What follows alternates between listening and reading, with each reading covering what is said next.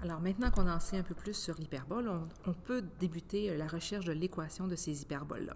Alors, pour trouver l'équation d'une hyperbole, qui sera centrée à l'origine, bien sûr, on va avoir devant nous essentiellement trois situations qui pourraient se présenter. La plus simple, c'est que on connaît le sommet de notre hyperbole, donc au moins un des deux sommets, et on a aussi un autre point qui appartient à une asymptote. On pourrait aussi avoir un sommet et un foyer pour trouver notre équation, ou finalement un sommet puis un autre point qui appartient là, à notre hyperbole en tant que tel. Donc, allons-y avec tout d'abord un exemple d'un cas où j'aurai un sommet puis un point qui appartient à une des asymptotes de mon hyperbole. Donc ici, je cherche l'hyperbole, donc l'équation de mon hyperbole qui a un sommet à 6, 0 et dont une des asymptotes passe par le point 3, moins 4. Tout d'abord, allons-y avec le sommet.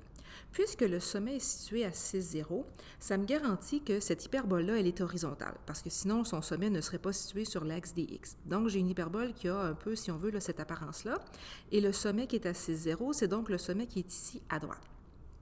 J'ai aussi une asymptote. On sait qu'on a deux asymptotes dans nos hyperboles, une qui monte et l'autre qui descend, et les deux se rencontrent à 0, 0. Et je sais que j'ai une de mes asymptotes qui passe par le point 3, moins 4.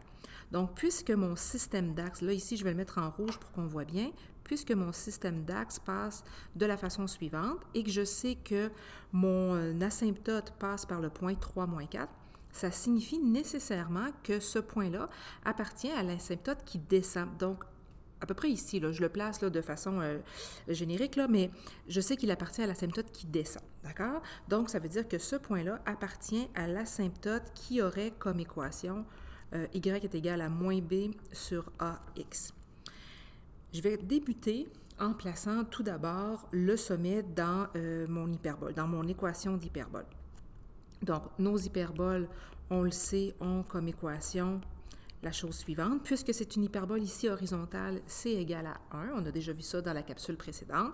Puisque j'ai mon sommet ici à l'horizontale, c'est mon paramètre a qui vaut 6. Donc, x au carré sur 36, puisque 6 à la 2 donne 36, moins y au carré sur b à la 2 est égal à 1. Donc là, il va falloir que moi, je trouve mon b.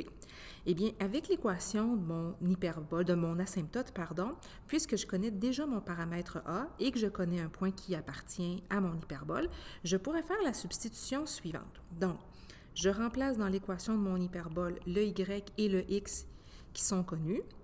Je remplace également la valeur de mon a qui est 6. Et là, par manipulation, je vais pouvoir trouver la valeur de mon paramètre b en résolvant cette équation-là. Donc ici, je vais obtenir assez rapidement que mon b vaut 8. Maintenant, il y a d'autres façons d'y parvenir là, plus rapidement qu'avec le détail de tout le calcul que j'ai fait là, mais néanmoins, on va obtenir comme valeur du paramètre b 8.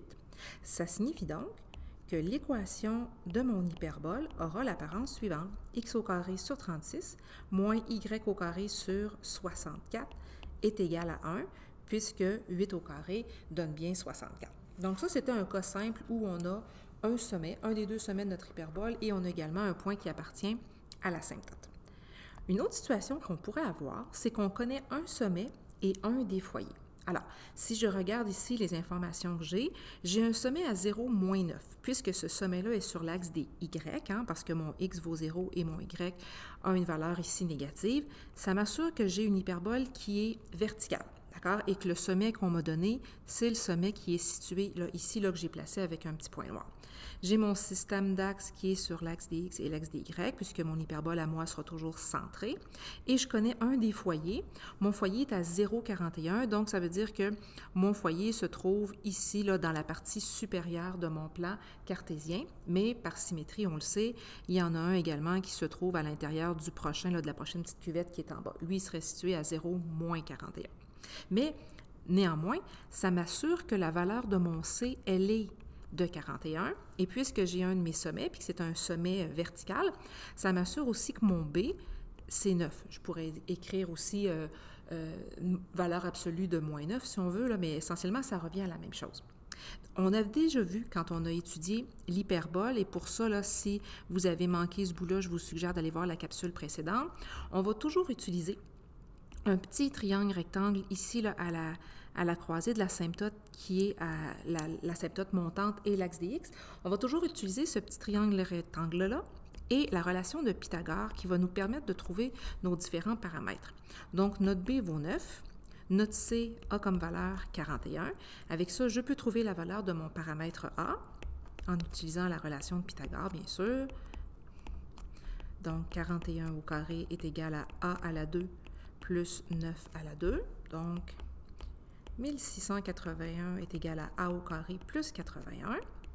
Et en isolant mon paramètre A2, je vais trouver 1600. Donc, ce que ça signifie, bien sûr, c'est que mon A en tant que tel serait de 40 si je faisais la racine carrée, mais puisque moi, je veux écrire mon équation, je peux me servir directement de la valeur que j'ai obtenue, A à la 2, et aller la substituer dans mon équation. Puisque c'est une hyperbole verticale, mon équation sera égale à moins 1. Donc, j'aurai x au carré sur 1600, qui est mon A à la 2, moins y au carré sur 81, qui est mon b à la 2.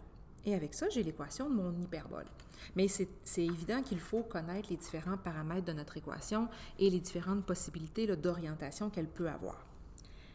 Je vais terminer cette capsule avec un dernier cas. Donc, le cas où j'aurais un sommet et un autre point qui serait quelque part sur ma courbe. Alors, si je regarde ici le sommet qui m'est fourni, c'est un sommet qui est situé à 0,48. Donc, ça me garantit, entre autres, que le B de mon hyperbole, il vaut 48. Et comme je vois que mon hyperbole est ici verticale, j'ai l'assurance que l'équation que je vais créer pour mon hyperbole sera égale à moins 1, puisqu'elle est verticale. Le point que je possède ici, 41,2560, c'est un couple que je vais aller utiliser dans mon équation en substituant le x et le y par ces valeurs-là. Donc, j'aurai, si je fais d'abord la substitution de mon b, donc x à la 2 sur a à la 2 moins y au carré sur 48 à la 2. 48 à la 2, vous obtiendrez 2304 est égal à moins 1. Maintenant, je fais la substitution du couple qui m'était donné. Donc, je vais aller placer pour le x 41,25 à la 2 sur a au carré, moins 60 à la 2 sur mon 2304, là, qui était tantôt le 48 au carré, qui est égal à moins 1. Je vais donc obtenir ici 41,25 au carré sur a à la 2, moins 25 16e. Comment j'obtiens cette valeur-là? Tout simplement en effectuant ce calcul-là sur ma calculatrice, et c'est ce qui me permet d'avoir 25 16e. Ici, j'ai gardé la valeur fractionnaire pour ne pas avoir un nombre décimal là, que j'aurais à arrondir plus ou moins bien. Là. Donc, comme ça, je m'assure d'avoir un maximum de précision. Ensuite, je vais aller isoler l'item de gauche en faisant moins 1 plus 25 16e. Ici, en le calculant, vous allez obtenir un beau nombre décimal, mais que je vais garder précis, là, vraiment avec les 4 nombres après la virgule décimale. Et ensuite, par un petit produit croisé, je pourrais obtenir que mon A au carré me donne 3025. Donc, pour faire ça, 1 fois 41,25 au carré divisé par 0,5625 va vous donner la valeur qui est là. Bon, quelqu'un qui voudrait, qui y tiendrait, pourrait donc obtenir que le A, là, c'était 55. Mais bref, ça me permet quand même assez rapidement d'obtenir l'équation de mon hyperbole avec un minimum de manipulation.